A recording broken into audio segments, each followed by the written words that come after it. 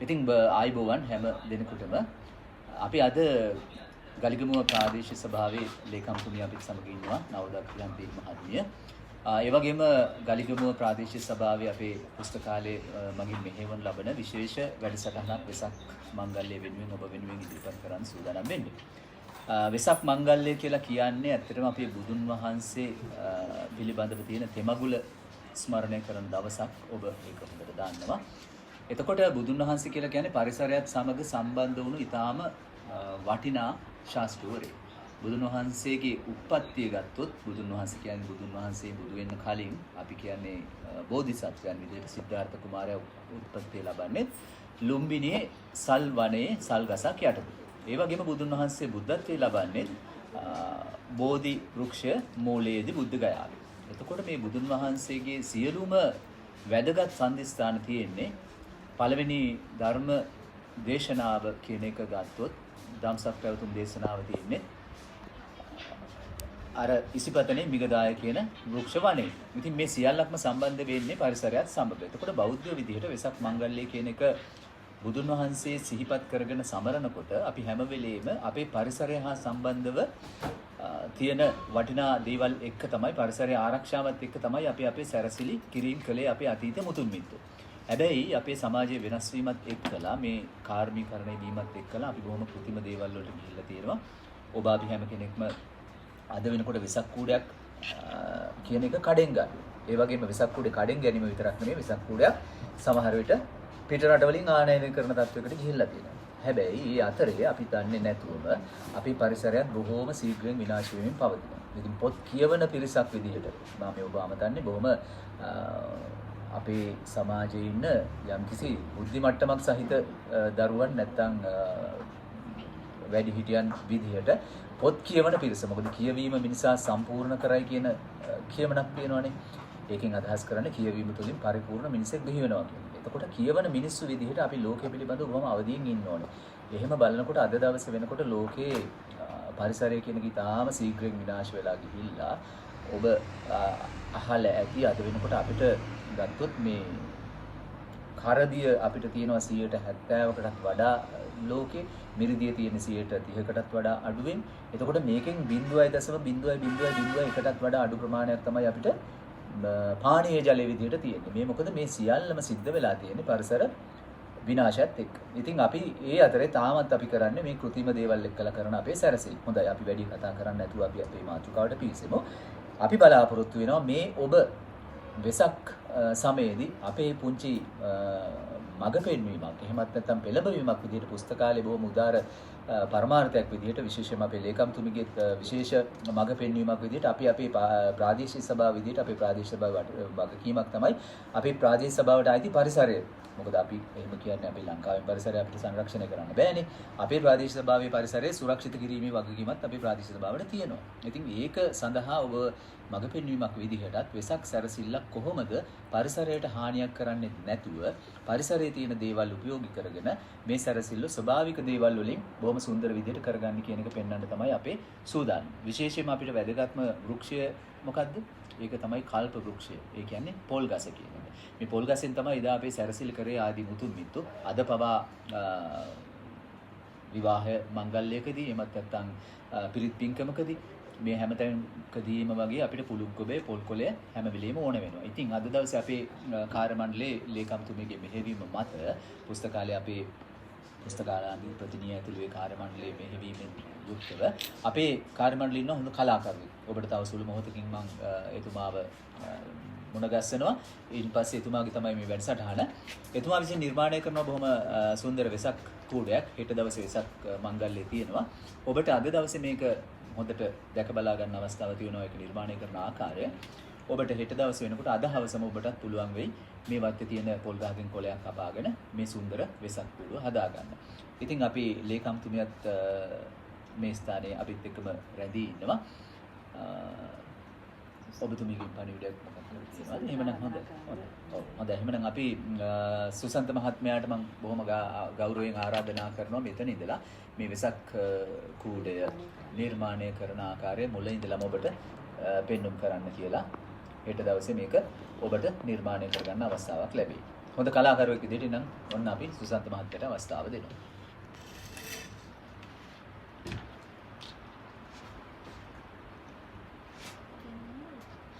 අපිට මේක සාදා ගැනීම සඳහා අපිට අවශ්‍ය වෙන්නේ පොල්කොළ. පොල්කොළ යන අඟල් 6ක් ප්‍රමාණයට කපා ගන්නවා පොල්කොළ කෑලි 24ක්.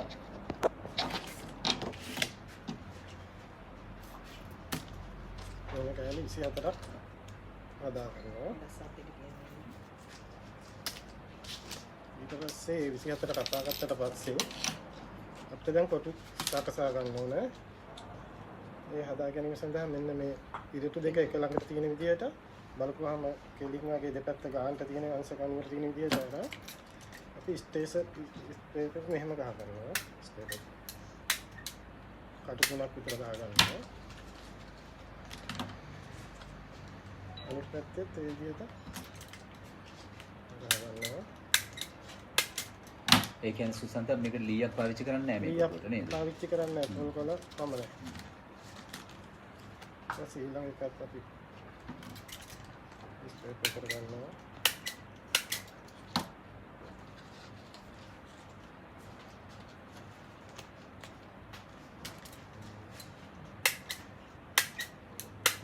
ඊපස්සේ මේ වගේ කොටු 6ක් අපි සාදා ගන්න ඕනේ. අටපට්ටමක් ගන්න ඕනේ නේද? කොටු 6 හදාගත්තට පස්සේ අපිට මේ මුලෙන් මේ හැඩයට කපා ගන්න ඕනේ. හැඩය. මේ කපා ගන්න ඕනේ කොටු 6ෙම.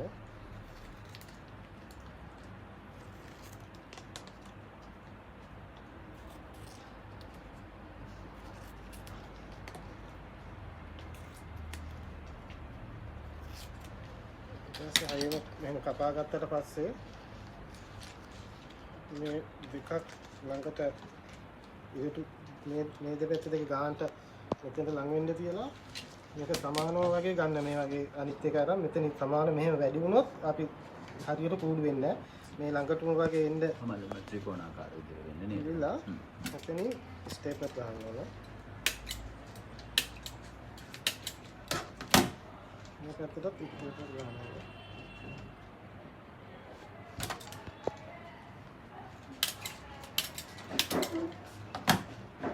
ඊටසේ අනිත් කොටිය මෙහෙම තියාගන්නවා.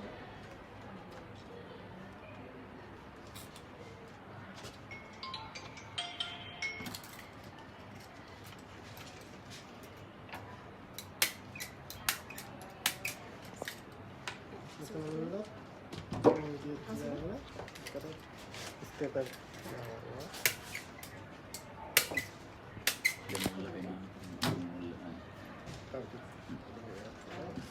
මේකටත් එහෙම ස්ටේප් එකක් ගන්නවා.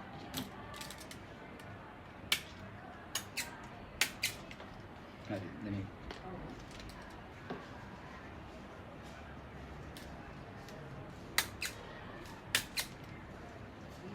ඊපස්සේ මේ වගේ එනවා.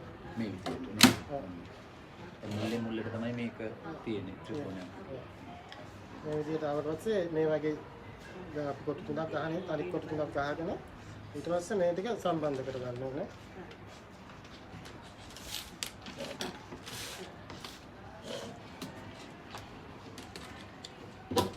එකට කොටු තුනයි අනිකට කොටු තුනයි අපි හදාගෙන තියෙන්නේ. ඊට පස්සේ මේ දෙකත් මෙහෙම තියාගෙන ස්ටේප් එකට ගහනවා.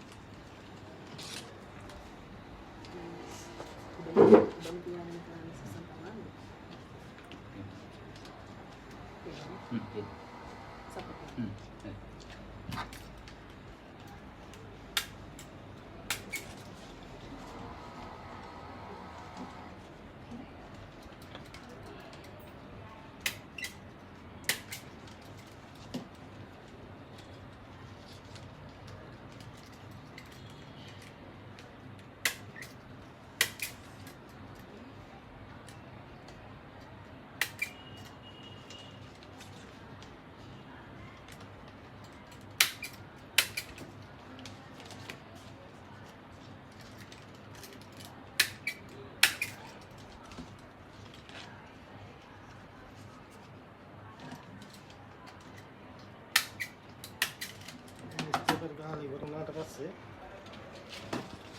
අපි මේ විදිහට හදාගත්ත එක. අටපට්ටම නිර්මාණය ඇවිල්ලා තියෙනවා. අපිට මේකට ඕන විදිහට කැටයම් තමයි දන්න විදිහට කැටයම් කරගන්න පුළුවන්. ඒකට මම කැටයම් කරගන්නවා. මේක උඩින් කරගන්න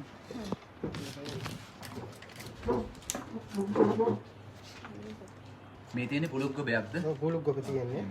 ඒක මෙතන මේ කොටුවේ ගන්නට කපාගෙන තියෙන්නේ.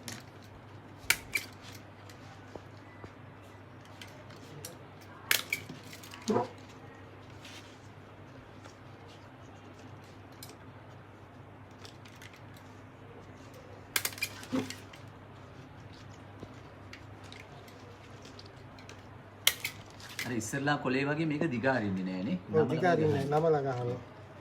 ඒක Tamanට කැමති විදිහට ඒ කැටයමක් හදා ගන්න පුළුවන්.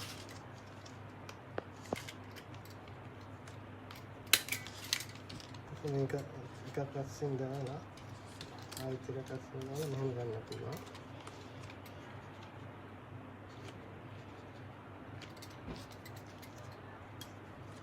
තව එකක් අනිත් විදිහට දාගන්න.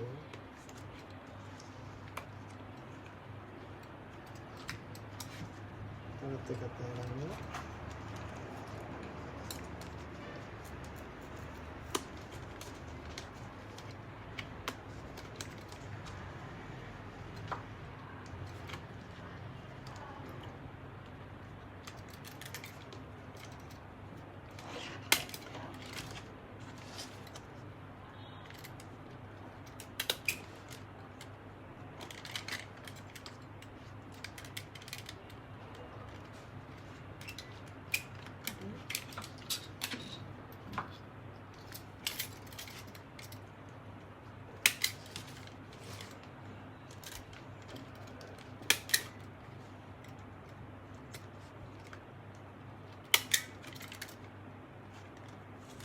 මේ පැත්තටත් හතර පැත්තටම මේ කොටු හතර පැත්තට මෙහෙම ගන්න. නැත්නම් මේ පැත්තටත් පුළුවන් අපිට.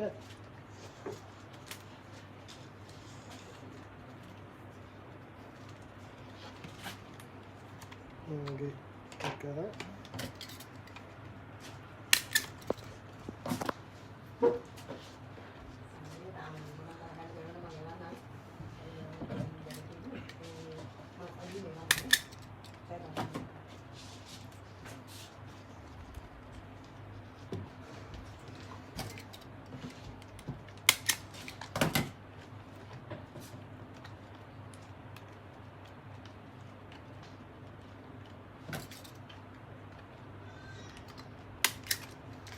විදිහට ගහ ගන්නවා. Taman තෝන විදිහට කැටයමක් Tamanට නිර්මාණය කරගන්න පුළුවන්. ඊට පස්සේ අපි මේ හතර පැත්තෙන් මෙව කරුවාට පස්සේ ඇලි දාලා පෙන්නනවා. ඊට පස්සේ මෙහෙම වටේටම ගහ ගන්න ඕනේ. ඊට පස්සේ ගහගෙන උඩ ඊට පස්සේ අපිට රැලි ටිකක් කපා ගන්න ඕනේ. අපි රැලි කපා ගන්න ඉරට අයින් කරලා ඊට මෙහෙම අයින් කරලා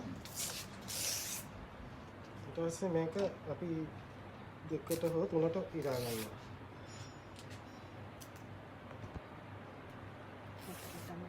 මෙහෙම ඉරාගෙන දැන් අපිට මෙතන මේ ගානට රැලි වුණ ගානට අරන් හිටා.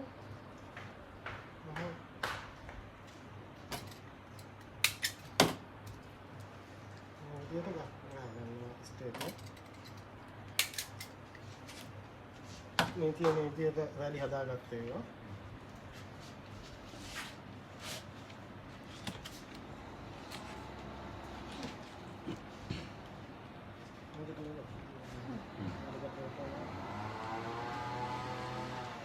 ඊට අපි මෙහෙම අරගෙන මේකට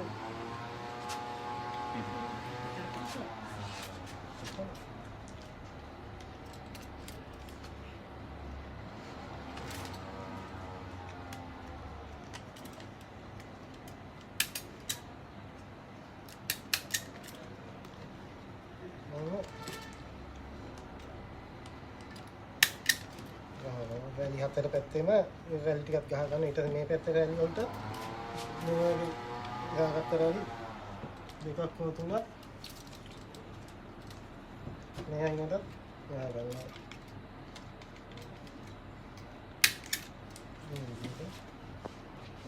විදිහට නිර්මාණය කළ තමයි මේක. මේ රැලිත් ඔබට ඕන විදිහට දික් කරගෙන කොට කරගෙන හදාගන්න පුළුවන්. පාට දෙකකින් හදන්න පුළුවන්. මේක වැඩි ලොකු එක. සාමාන්‍ය අඟල් 6 ගානට ගත්තොත් මේක හොඳටම ලස්සනට ගන්න පුළුවන්. ටිකක් ලොකු වෙනකොට පොල් කොලේ හින්දා පොඩ්ඩක් එහෙම මේ ශක්තිය අඩුයි. අඟල් 6 ගාන ගත්තොත් හොඳටම නිර්මාණය කරගන්න පුළුවන්.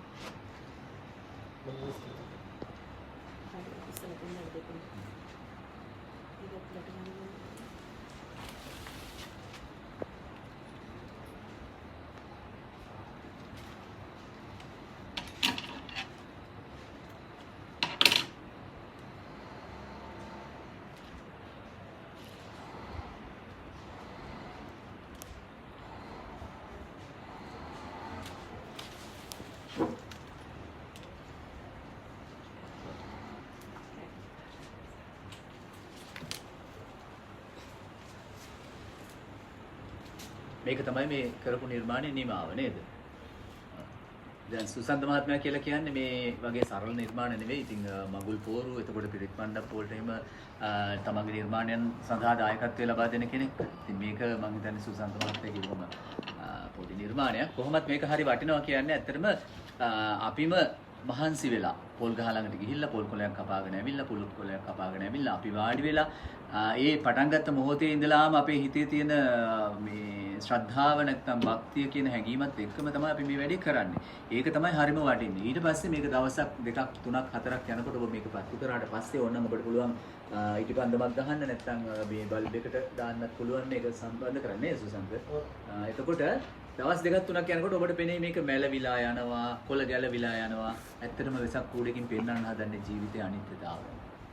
අන්නේ අනිත්‍යතාවයත් ඔබටම නිර්මාණය කරපු දෙයින් ඔබට දැක බලා ගන්න පුළුවන්. ඔබේ ජීවිතයට ඒක හොඳ අත්දැකීමක් වෙයි. වෙසක් මංගල්‍යයෙන් බලාපොරොත්තු වෙන ප්‍රධානතම පරමාර්ථයත් ඒ වෙසක් කූඩෙන්ම ඔබට ඉෂ්ට කරගන්න පුළුවන්. ඉතින් මේ සඳහා දායකත්වය ලබා දුන්නු අපේ සුසන්ත මහත්මයාට ස්තුතිවන්ත වෙන්න ඕන. විශේෂයෙන්ම පුස්තකාලයේ පුස්තකාලාධිපතිනිය ඒ වගේම මේ කාර්ය මණ්ඩලය මේ සඳහා මෙහෙයවීම කළා, අදහස දුන්නා. ඒ වගේම මේ සඳහා සම්පූර්ණ මඟ පෙන්වීම කළ අපේ ලේකම්තුමිය නවෝදක්ෂාන්ති මහත්මිය නිරන්තරයෙන්ම පුස්තකාලයේ විදිහට පුස්තකාලයේ දියුණුව ලබා දෙමින් මේ පුස්තකාලයට අවශ්‍ය කරන කියවීමට අවශ්‍ය කරන පොත්පත් ආදිය සඳහා අවශ්‍ය කරන පහසුකම් ලබා දෙමින් ඔබේ අධ්‍යාපනය වෙනුවෙන් විශේෂයෙන්ම ප්‍රාදේශ සභාවේ විශේෂ අවධානයක් යොමු කරලා තියෙනවා. ප්‍රාදේශ සභාවේ පාලනය පැත්තෙන් අපේ ලේකම් මහත්මිය. ඉතින් එහෙමනම් අද දවසේ අපේ වැඩසටහන නිමා කරන ඔබේ කාලේ තවත් වැඩි වෙලාවක් ගත කරන්න තු නැවත වතාවක් අපි වගේම වටිනා වැඩසටහනකින් ඔබත් සමග සම්බන්ධ වෙන්න බලාපොරොත්තු වෙනවා. එහෙමනම් ඔබට බොහොමත්ම ස්තුතියි. හෙට එළඹෙන වෙසක් මංගල්‍යය බොහොම සාමකාමී එකක් වේවා කියලා ප්‍රාර්ථනා කරනවා. එහෙමනම් තෙරුවන් සරණයි. බොහොම ස්තුතියි.